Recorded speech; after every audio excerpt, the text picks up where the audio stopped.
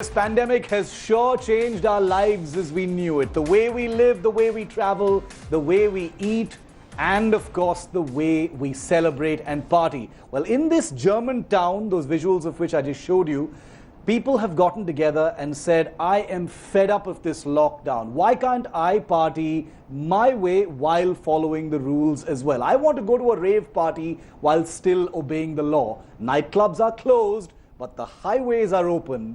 This is how Germany and its party goers are giving the world party goals.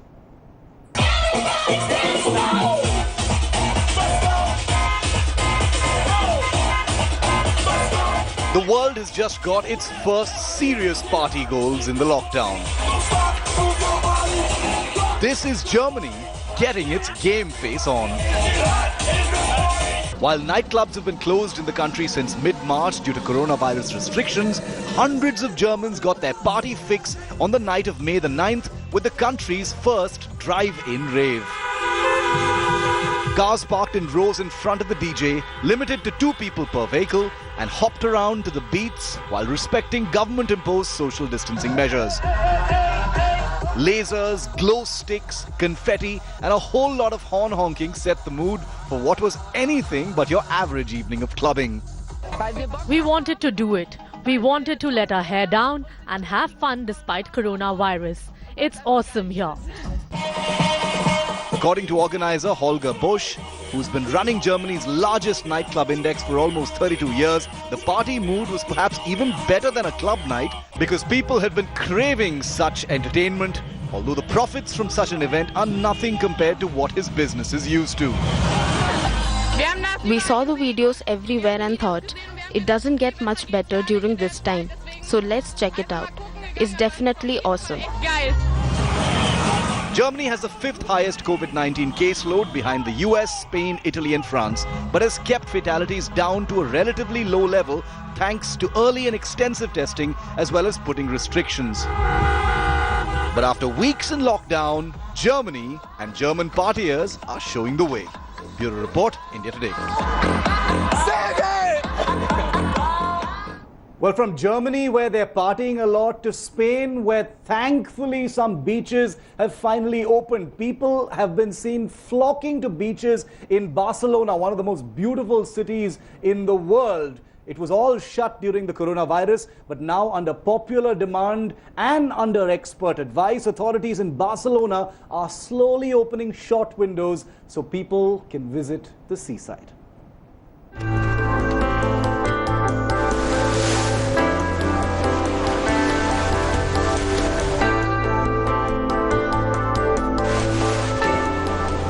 When's the last time you headed to the seaside for some fun in the sun? Not for months, right? Well, you'll be happy to know that these images are from right now. In a sign of life returning to normal, Barcelona's beaches opened for a short window from 6 a.m. to 10 a.m. on Friday, the 8th of May, to allow people to swim and jog. People paddled on boards and swam in the water under the supervision of the police. It's not allowed to sit or rest on the beach though. While Barcelona's beaches will likely stir your summer yearnings, please remember these are baby steps, and it could take far longer in other parts of the world.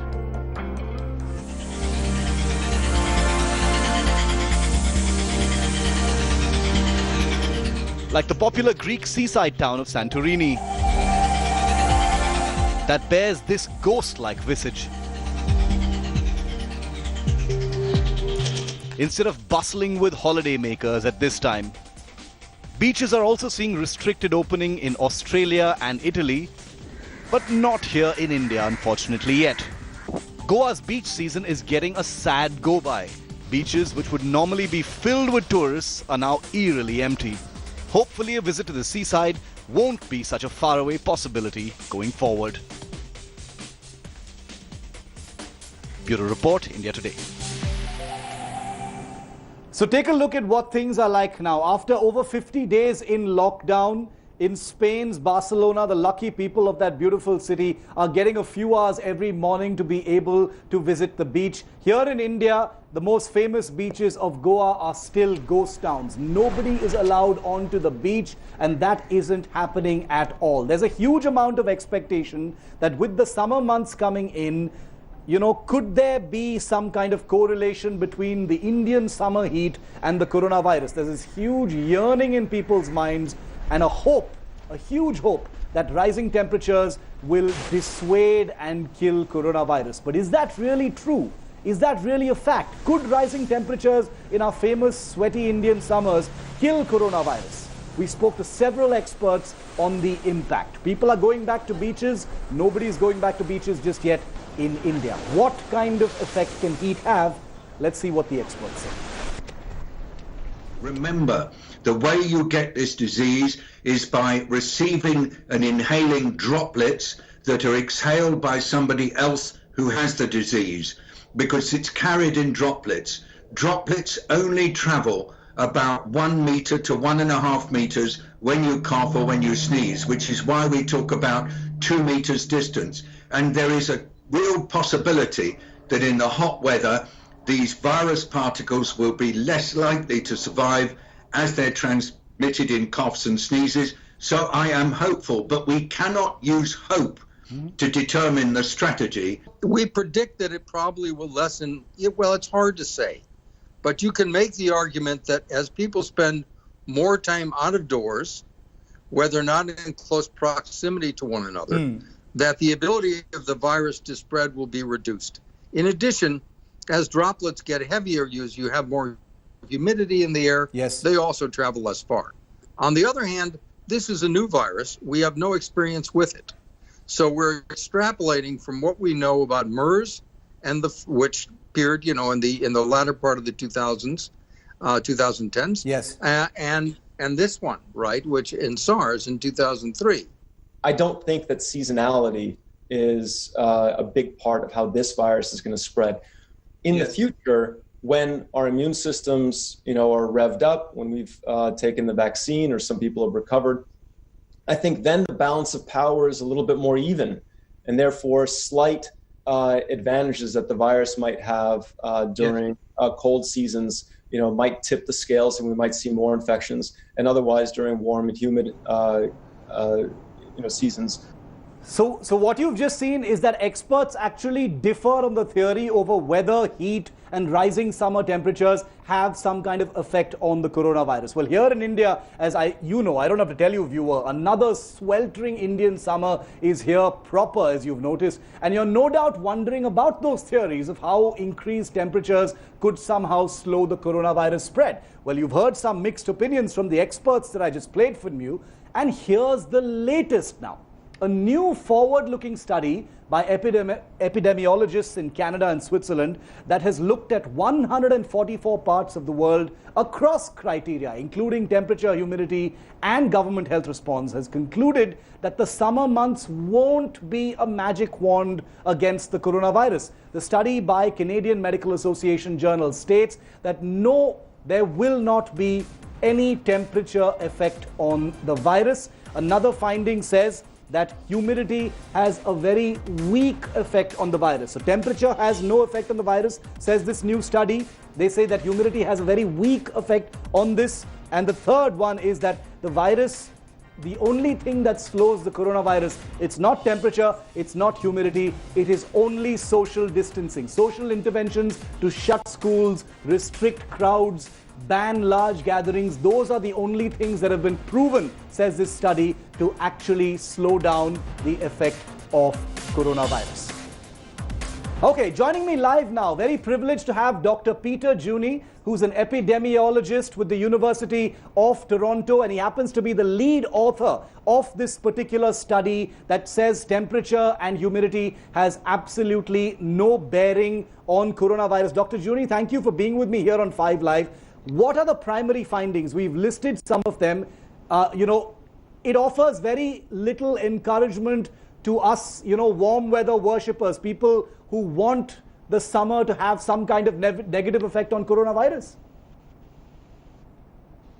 I don't think that these results are preliminary. I have to correct you. These results seem unfortunately quite definite. And the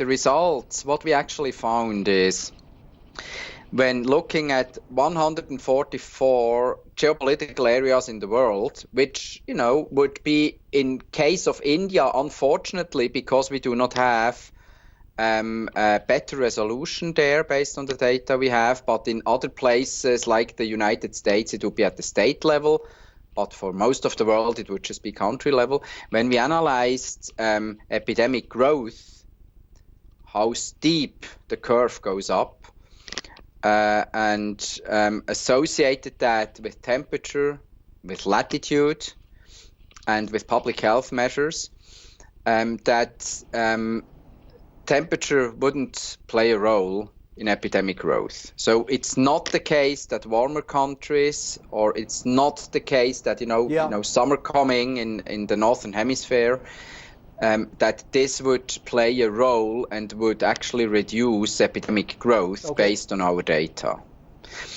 Conversely, we found that potentially the absolute and relative humidities could play a little bit of a role. Yeah. We're not sure about that because results were not stable and more data are needed. That's preliminary. And what we clearly found is that public health interventions play a major role.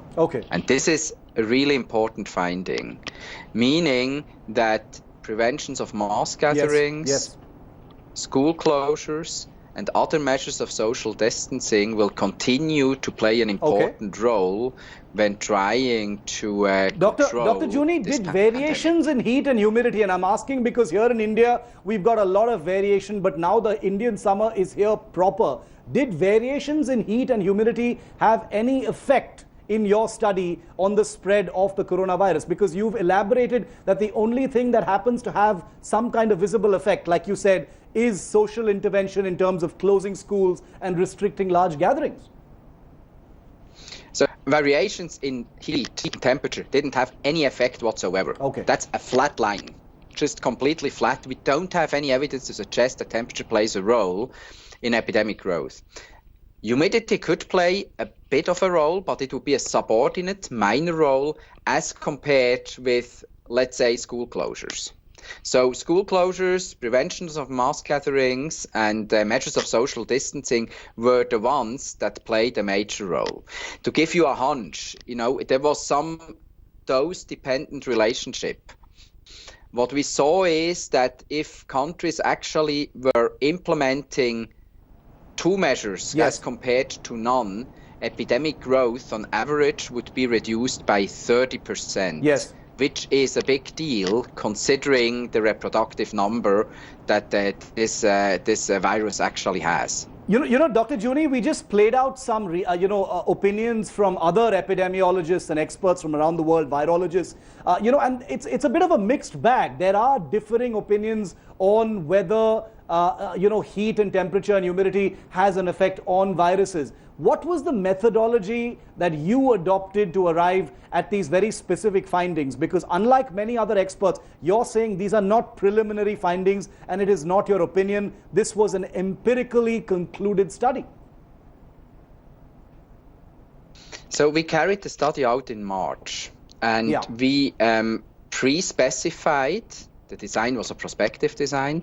We pre-specified an exposure period during which we would measure everything, including temperature, humidity, whether public health interventions were implemented, such as school closures, etc., in the time frame between March 7th and March 13th. And then we waited for 2 weeks, all prospectively specified, because the virus, from the moment it becomes transmitted during this exposure period until it gets reported as a symptomatic case, takes on average about 2 weeks, 14 days. So we waited 14 days and then we measured how epidemic growth behaved. And we took all the areas that by a certain cutoff had reported at least 10 cases and local transmission.